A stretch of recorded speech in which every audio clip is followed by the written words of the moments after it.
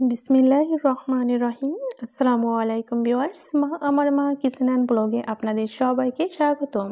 চলে এলাম নতুন একটি দুর্দান্ত স্বাদের নাস্তার রেসিপি নিয়ে। ভিউয়ার্স, আজকে আপনাদের সাথে শেয়ার করব কিভাবে সকাল বিকালের জন্য খুব দুর্দান্ত স্বাদের একটি নাস্তা খুবই সহজে ইজি প্রসেসে আপনারা এটি তৈরি করতে পারবেন, ঠিক এই পদ্ধতিটি। তো ভিডিওটি আপনারা একদমই শুরু থেকে শেষ পর্যন্ত দেখবেন। তো এর জন্য আমার একটি খাজা দরকার। এর জন্য আমি এখানে 1 কাপ পরিমাণে নারকেল এবং হাফ কাপ পরিমাণে চিনি নিয়েছি। এখন আমি চলে যাব চুলার কাছে। চুলায় আমি একটি কড়াই বসিয়ে দিয়েছি। এই নারকেল আর চিনিটা আমি কড়াইতে দিয়ে দিয়েছি। এখন এটাকে ঠিক 1 থেকে 2 মিনিটের মতো একটু নেড়ে একটু ভালো করে এটাকে একটা খাজা তৈরি করে নেব। এর জন্য আমি সামান্য পরিমাণে একটু পানি দিয়েছি। ভিউয়ার্স, ভিডিওটি দেখার শুরুতে অবশ্যই একটি লাইক দিয়ে দেবেন আর ভিডিওটি না টেনে সম্পূর্ণ দেখার চেষ্টা করবেন। তো দেখতেই পাচ্ছেন এই যে পানিতে নারকেল এবং চিনিটা কিন্তু খুব ভালো করে অ্যাটাচড হয়ে গিয়েছে। এখন নেড়েচেড়ে এটাকে আমি খাজা বানিয়ে নিয়েছি। এখন এটাকে আমি তুলে নিয়েছি। দেখতেই পাচ্ছেন খুবই অল্প সময় তৈরি হয়ে গেল একটি খাজা। এটি নারকেল এবং চিনি দিয়েই খুব সহজে তৈরি করা যায়।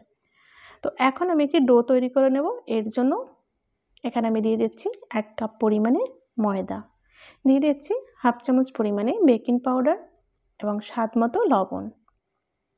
এখন আমি এটা ক্রিস্পি করার জন্য অ্যাড করে দিচ্ছি 4 চামচ পরিমাণে সয়াবিন তেল। এখন এটাকে আমি হাত দিয়ে ভালো করে একটু ময়ান দিয়ে নিয়েছি।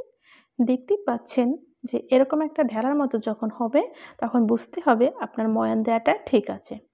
এই যে ভেঙে দিলে পর একদমই মিলিয়ে যাচ্ছে। তো ভিউয়ার্স, এখন আমি অল্প অল্প পানি নিয়ে একটি সফট ডো তৈরি করে নেব। তো পানিটা একবারে নেব না, 2 বারে নিয়ে বা আপনাদের 3 বারে লাগুক তখন নিয়ে এরকম একটা সফট ডো তৈরি করে নেবেন। ভিউয়ার্স, নাস্তাটা আমি খুব সুন্দর একটা কালার আনার জন্য এখানে আমি 2 ফোঁটা পরিমাণে কালার ফুড দিয়েছি। এখানে আমি অরেঞ্জ কালার ফুডটা ব্যবহার করেছি। দেখতে পাচ্ছেন এখন আমি মধ্যে খুব সুন্দর একটা ডো তৈরি করে নিয়েছি। এখন আমি নাস্তার শেপগুলো দেওয়ার জন্য একটি বোটের উপরে এই ডোটা নিয়ে নিয়েছি। কিছুটা ময়দা ছিটিয়ে আমি একটা রুটির শেপ দিয়ে নেব প্রথমত। ভিউয়ার্স, দেখতেই পাচ্ছেন এখন আমি এখানে একটি বেলুন দিয়ে খুব সুন্দর একটি রুটির শেপ দিয়ে নেব। তবে এই রুটিটি অতিরিক্ত বেশি পাতলা করবেন না এবং খুব বেশি মোটা করবেন না।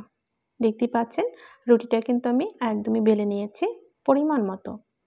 তো এখন আমি এই যে নাস্তাগুলো শেপ দেবো এর জন্য প্রথমে আমি লেয়ারগুলো কেটে নিচ্ছি।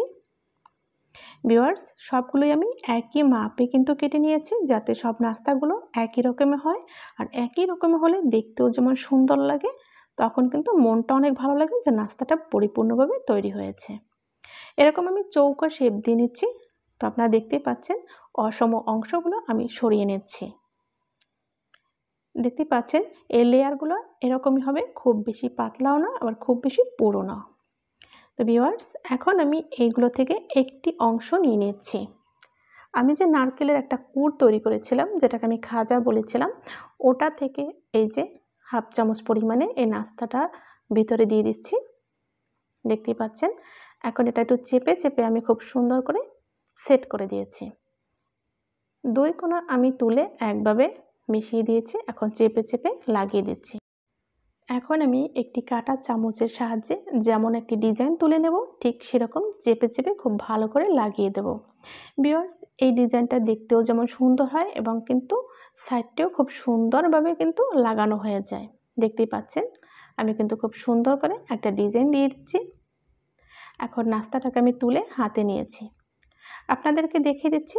এই যে দুটো সাইড রয়েছে এই দুটোকে ঠিক টেনে এরকম লাগিয়ে দেবেন, তখন দেখতে পাবেন কত সুন্দর একটা লুক আসছে এই নাস্তাটা থেকে।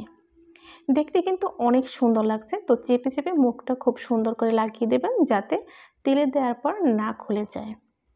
ভিউয়ার্স, আপনারা যদি এই রেসিপিটি প্রথম থেকে শেষ পর্যন্ত ফলো করেন এবং যদি না টেনে দেখে থাকেন তবে এরকম দুর্দান্ত একটা নাস্তা কিন্তু আপনিও তৈরি করতে পারবেন। এগুলো কিন্তু বিকেলে চায়ের সাথে এবং যে কোনো মুহূর্তে আপনারা এটা পরিবেশন করতে পারবেন। দেখতে পাচ্ছেন কত সুন্দর এবং কত সহজে তৈরি করে নিয়েছি। আপনাদেরকে আমি খুব সহজভাবেই দেখিয়ে দিয়েছি। তো আপনাদের সুবিধার্থে আমি আরও একটি তৈরি করে দেখিয়ে দিচ্ছি। দেখতেই পাচ্ছেন ভিউয়ার্স, আমি কত সহজে এই নাস্তাটা তৈরি করে নিচ্ছি। আশা করি আপনারা দেখেই কিন্তু বুঝতে পারবেন। আর আপনাদের কাছে কেমন লাগলো তা কিন্তু অবশ্যই কমেন্টের মাধ্যমে জানাতে একদমই ভুলবেন না। অবশ্যই কিন্তু লাইক দিয়ে ভিডিওটি কন্টিনিউ করবেন। ভিউয়ার্স, আমি একই পদ্ধতিতে আমি সব নাস্তাগুলো রেডি করে নেব এবং আপনাদেরকে আমি একটু সাজিয়ে দেখাবো যে এটা কতটা সুন্দর দেখা যাচ্ছে এবং কতটা সহজে।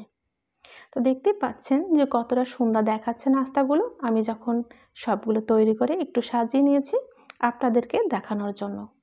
আশা করি আপনারা দেখে কিছু একটা বুঝতে পারবেন এবং অনেকটাই শিখতে পারবেন। আর যদি ভিডিওটি না টেনে দেখেন ইনশাল্লাহ ফুল শিখে যাবেন, এরকম একটা নাস্তা আপনারাও তৈরি করতে পারবেন। তো এই নাস্তাটা ভাজার জন্য আমি চুলায় একটি প্যান বসিয়ে পর্যাপ্ত পরিমাণে তেল দিয়ে গরম করে নিয়েছি, হালকা, একদমই হালকা। দেখতেই পাচ্ছেন আমি একটি চামচের সাহায্যে সব নাস্তাগুলো তেলের মধ্যে দিয়ে দিয়েছি। ভিউয়ার্স, চেষ্টা করবেন তেলের সব কাজই এরকম একটু চামচ দিয়ে দেওয়ার জন্য, যাতে হাতে না লেগে যায়। তো এখন আমি উল্টিয়ে দিচ্ছি। এগুলো দিয়ে কিন্তু একভাবে রেখে যাওয়া যাবে না, যার জন্য আমি দেওয়ার পরে আমি কিন্তু উল্টিয়ে দিচ্ছি, কারণ প্রথম যেগুলো দিয়েছে সেগুলো কিন্তু এক সাইড হয়ে গিয়েছে। তো এরকম আমি সবগুলোই উল্টে পাল্টে ভেজে নেব 4 থেকে 5 মিনিটের মতো। তো দেখতেই পাচ্ছেন আমি কিন্তু নেড়ে চেড়ে উল্টিয়ে দিয়ে যাচ্ছি। ভিউয়ার্স, দেখতে পাচ্ছেন কতটা সুন্দর একটা কালার এসেছে। আমি ঠিক 4 থেকে 5 মিনিটের মতো ভেজে নিয়েছি। তো এগুলো আমি তেল ঝরিয়ে একটি চাকনির সাহায্যে তুলে নিচ্ছি। আপনাদেরকে ফাইনালি সার্ভ করে দেখিয়ে দিচ্ছি নাস্তাগুলো আসলে কতটা সুন্দর হয়েছে। তো ফাইনালি আপনাদেরকে আমি সার্ভ করে দেখিয়ে দিচ্ছি যে কতটা সুন্দর হয়েছে। আপনারা দেখেই বুঝতে পারছেন কতটা লোভনীয় হয়েছে। ভিউয়ার্স, আপনারা যারা এই পর্যন্ত এই চ্যানেলটিকে সাবস্ক্রাইব করেছেন তাদেরকে অসংখ্য অসংখ্য ধন্যবাদ। যারা এখনও এই চ্যানেলটিকে সাবস্ক্রাইব করেননি তারা অবশ্যই সাবস্ক্রাইব করে চ্যানেলের সাথেই থেকে যাবেন। আমাকে সামনে এগিয়ে যেতে সম্পূর্ণ সাপোর্ট এবং সহযোগিতা করবেন। আশা করি আপনারা আমার এই কথাটুকু রাখবেন ইনশাআল্লাহ। আমি আপনাদের মাঝে আবারও হাজির হয়ে যাব নতুন কোনো রেসিপি আর নতুন কোনো ভিডিও নিয়ে। তো সেই পর্যন্ত সবাই ভালো থাকুন, সুস্থ থাকুন। আল্লাহ হাফিজ। আসসালামু আলাইকুম ওয়া রাহমাতুল্লাহি ওয়া বারাকাতুহু। আজ তাহলে এখানেই বিদায় নিচ্ছি। দেখা হবে পরবর্তীতে ইনশাল্লাহ। আপনাদের সবাইকে আল্লাহ পাক সুস্থ রাখুন, ভালো রাখুন, সবসময়ের জন্য আপনারা ভালো থাকুন। দোয়া করবেন আমি এবং আমার চ্যানেল জানি সবসময় ভালো থাকে, সামনের দিকে আমার চ্যানেল আরও উন্নতি হতে পারে, এই দোয়াটুকু করবেন। আল্লাহ হাফেজ।